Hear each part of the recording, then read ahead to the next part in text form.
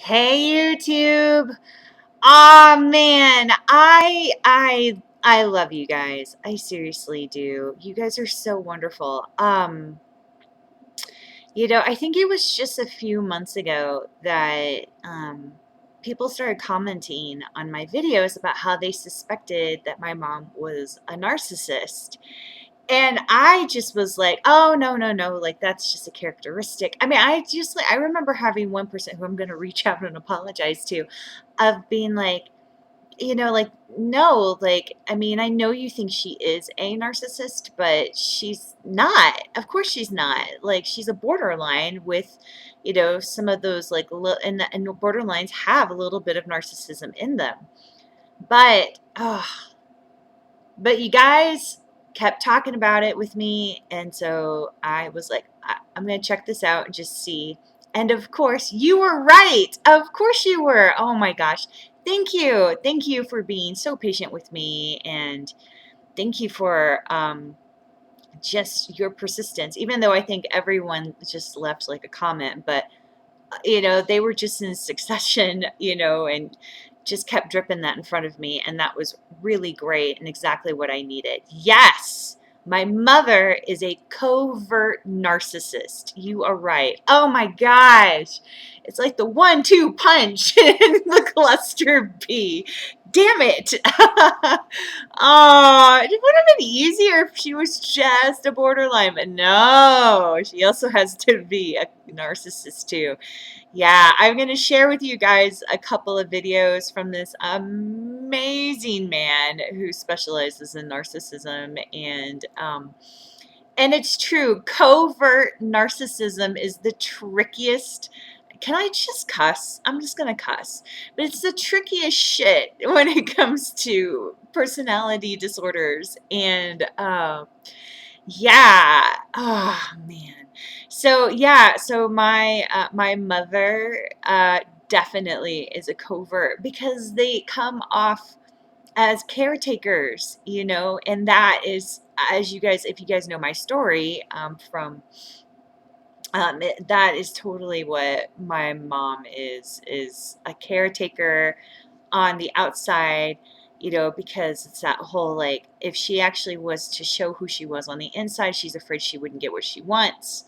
So she uses people that way. And of course, the big thing is, because this was the thing that I was confused about with borderlines, was just like, just, and I'm still figuring it out. I'm still going to work on articulating it because I haven't spent a ton of time studying narcissism. Um, but from what I get with borderlines is that they can't help themselves. Like, they're very unaware, they're very unconscious, whereas actually narcissists are more aware, but are just more shut down, or they justify it. They justify their manipulation. So they're aware of it, but they justify it.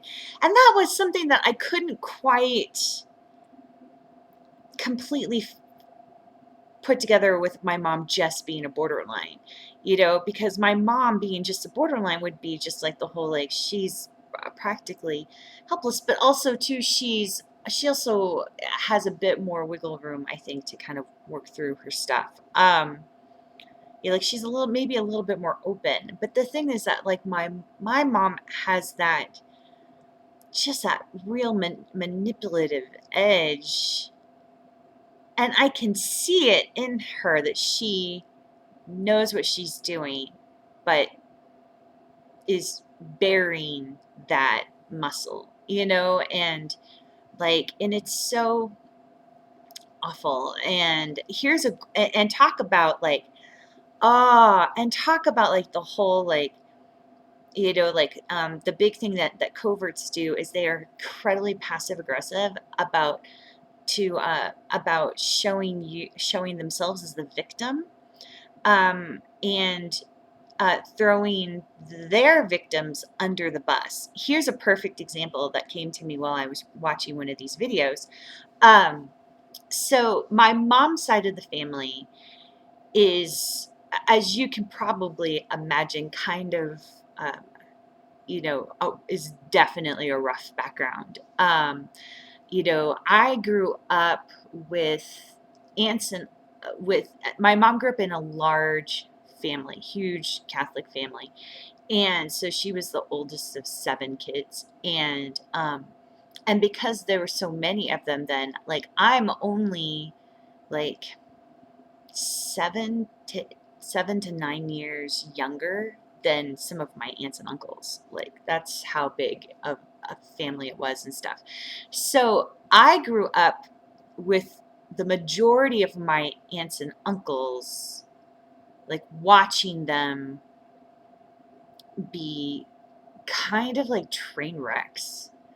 I mean, because you think about it, like they were in their early 30s, and this is back in like what, like the 80s, 90s, and they were just very toxic, tons of drama, um, and such and my mom went through no contact phases too for months at a time with some of her family. And so it was very much in my face at that time. And of course, like, so I did not spend time with her side of the family once I turned 18. Like, as soon as I basically turned 18, I was like, I really don't want to see them. I don't want to be around them. Like, I'm not friends with any of them. And of course, because of the way my mom would talk about people, especially family, um, she, of course, like talked about all of their garbage to me, so I knew so much about all the abuse, the alcoholism, the domestic violence, and stuff like that. Like, so whenever my family was like, we're going to go see them for, Christmas parties, and have the family get together, I'd be like, I don't want to go. I don't want to go to that. Like, I'll give you one detail. Like, I mean, there's literally in that side of the family speculation that one of my uncles was murdered by one of my other uncles. I mean, like, that's just like the drama, that has happened in that family. Like, it is not a peaceful family at all, and stuff like that. But they're so used to it that to them, they're like, well, as long as that uncle doesn't show up to the family reunion, we should be, okay. I mean, seriously, like, I'm like, no, this is still not a healthy place. And of course, if I'm coming to visit for a few days, I'm not gonna show up. If I'm coming to visit for a few days to see my family, I don't want to spend a bunch of time, especially around people that are just that kind of like toxic unit, So anyway, so honestly, I didn't see them for basically like 20 years. So my last time that I was with my family, um, right before then, my grandfather on that side got really sick, and so my mom texted me and said, "We're gonna go see your grandfather for the holidays," and I was like, she's like, he's getting sick, and I'm like, okay, like that's totally understandable. Like I'm happy to do that, and stuff like that.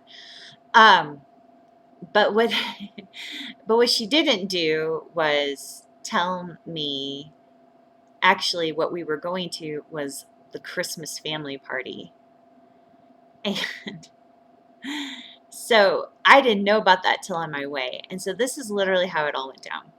So I found out actually because of a cousin of mine had messaged me, said, "Can't wait to see you at the Christmas family party." And I was like, "What?" And they're like, "Yeah, you're coming. Like it's like everyone's talking about it." And I was like, "Interesting. My mom never said anything to me about it." And it's like, why wasn't she just honest? She could have just said, "April, look, we really want you to come. It would mean a lot to me if you did, and stuff." But she didn't do that. Instead, what she do? She hid it from me, um, and stuff like that. Because again, like what they talk about, covert narcissists don't feel like they can be honest, And while I understand, like, talking to a daughter who's like, I don't really want to go to the family stuff is hard. As a parent, and also too as someone who I love, you can say in honesty, like, hey, will you come? It would mean a lot to me. So what happens is instead, she turned, because of this, it made me feel, of course, shamed, super guilty, um, and just like coming off like this bitch, that my mom would have to hide the fact that we were going to this party because I am just too good, as she would say to me, because I have my nose up in the air so much around the family, and stuff. So anyway, so I was awkward and I was quiet and it was uncomfortable. And so it just made that whole thing even worse for me. But in turn, it made my mom look awesome, because she's like, look, I brought my daughter and she's just coming to this party closed off and shut down. And, isn't she just, awful? She's an awful person. And don't you see how validated I am? Like, I'm the victim here, not her family. So anyway, it just, you guys all have your own stories of all this kind of stuff too. And of course, like, I talked to my dad about it and I'm like, did you realize, like, she could have just told me the truth? And my dad, classic enabler, was like, like, April, why are you even going to talk about this? Like, it's not even drama. And it's like, haven't seen the family in 20 years, and so mom thinks she has to swindle me into showing up. Yeah, that is kind of a big deal, and why? Because her dad is sick, anyway. And I know, like, that was actually part of what triggered um, the final blow up between us, and the last time I ever saw her, was part of it, because again, it's just the oh my gosh. Yeah. So anyway, yes. So my mom is a covert narcissist and a borderline. No wonder it's taking me so long to figure out my stuff and to figure out, like, just how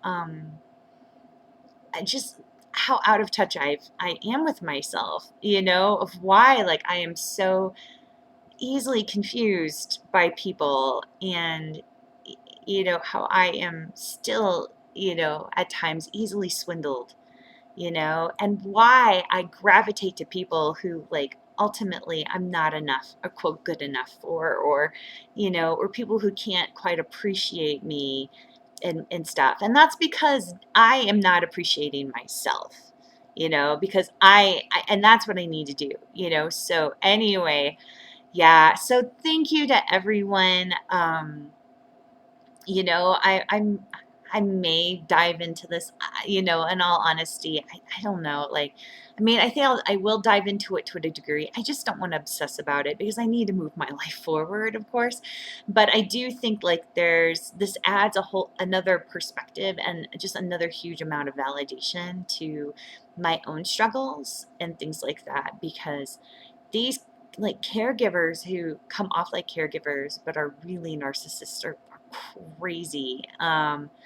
Like, they're crazy tricky to deal with, and and it's just all the more validation that I did the right thing when I left, which was just go quietly and just start working on my own life, because they're, like, the hardest to, like, I think to go through, like, to learn and accept and acknowledge their problems. So anyway, yeah, and this totally gives me a whole other perspective on my of them going to therapy and all that stuff in the video that I just did recently. And so I'm going to do the part 2 now about that and what I decided to do. So anyway, but thank you again for your guys' support. Thank you for your opinions. See, as a community, we really do help validate and affirm each other to keep moving forward, to inhabit ourselves.